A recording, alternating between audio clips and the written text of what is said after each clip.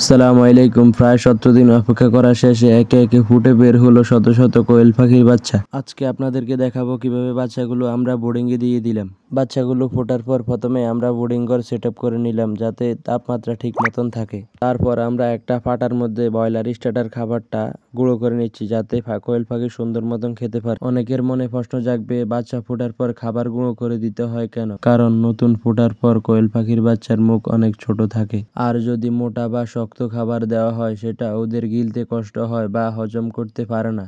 এতে করে ওদের পেটে গ্যাস জমে যায়, ডায়রিয়া হয় বা খাবার খেতে পারে না, দুর্বল হয়ে মারা যায়। তারপর আমরা বোতলগুলো পরিষ্কার করে বোতলগুলোর মধ্যে স্যালাইন যুক্ত পানি দিয়ে দিলাম। ডিম থেকে বাচ্চাগুলো ফোটার পর বাচ্চারা খুব দুর্বল থাকে, শরীরে পানি শূন্যতা হয়ে যায়, আর তাই প্রথমে দরকার শরীরে পানি ও ইলেকট্রোলাইটের গঠিত পূরণ। আজকে আমরা পানিতে মিশিয়েছি গ্লুকোলাইট স্যালাইন। এটা স্পেশাল পোল্ট্রি স্যালাইন। প্রথম অবস্থায় ডিঙ্গারে মার্বেল দিতে হয় যাতে বাচ্চাগুলো পড়ে মারা না যায়। তারপর আমরা বুড়ার ঘরের ভিতরে পানিগুলো দিয়ে দিলাম। বাচ্চাগুলো বুড়ারে দেওয়ার আগে প্রথমে পানি দিতে হয়, তারপর কমপক্ষে 30 মিনিট অপেক্ষা করতে হয় যাতে পানি পান করে স্বাভাবিক হতে হয়। তারপর কমপক্ষে 30 মিনিট পর তাদেরকে খাবার দিতে হয়। পর আমরা ইনকিউবেটরের কাছে এসে ইনকিউবেটরটি খুলে বাচ্চাগুলো বের করে নিলাম। মাশাআল্লাহ, আমাদের পাখির বাচ্চাগুলো অনেক সুস্থ ও স্বাভাবিক ছিল, দেখতে বোঝা যায়। এবার আমরা তাদেরকে নিয়ে যাচ্ছি খামারে, যেখানে আগ থেকে তাপমাত্রা ঠিক রাখা হয়েছে, পরিষ্কার কাঠের গুঁড়া বা চট বিছানো হয়েছে, হিটার চালু আছে আর আলো জ্বালানো হয়েছে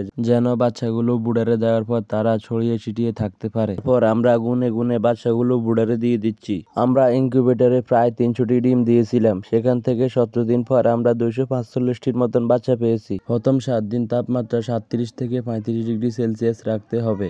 এরপর সপ্তাহে 3 ডিগ্রি কমাতে হবে। বাচ্চারা ঠান্ডা পেলে একসাথে গা ঘেঁষে থাকবে। তাপমাত্রা ঠিক আছে কিনা কিভাবে বুঝবেন? যখন দেখবেন বাচ্চা একটার উপর আরেকটা উঠে যাচ্ছে তখন বুঝবেন যে তাপমাত্রা কম। যখন দেখবেন বাচ্চাগুলো ছড়িয়ে ছিটিয়ে আছে তখন বুঝবেন যে তাপমাত্রা ঠিক আছে। বাচ্চাগুলো বুড়ারে দেওয়ার পর প্রথম 12 ঘন্টা আমরা স্যালাইনযুক্ত পানি ব্যবহার করি। তারপর আমরা লাইসোবিট মিশ্রিত পানি ব্যবহার করি। তারপর আমরা পাখিগুলোকে খাদ্য দিয়ে দিলাম। এভাবে আমরা আমাদের খামারকে তিলে তিলে বড় করে নিচ্ছি। সকলে আমাদের খামারের জন্য দোয়া করবেন। আল্লাহ পাক যেন আমাদের খামারের মধ্যে বারাকা দান করেন।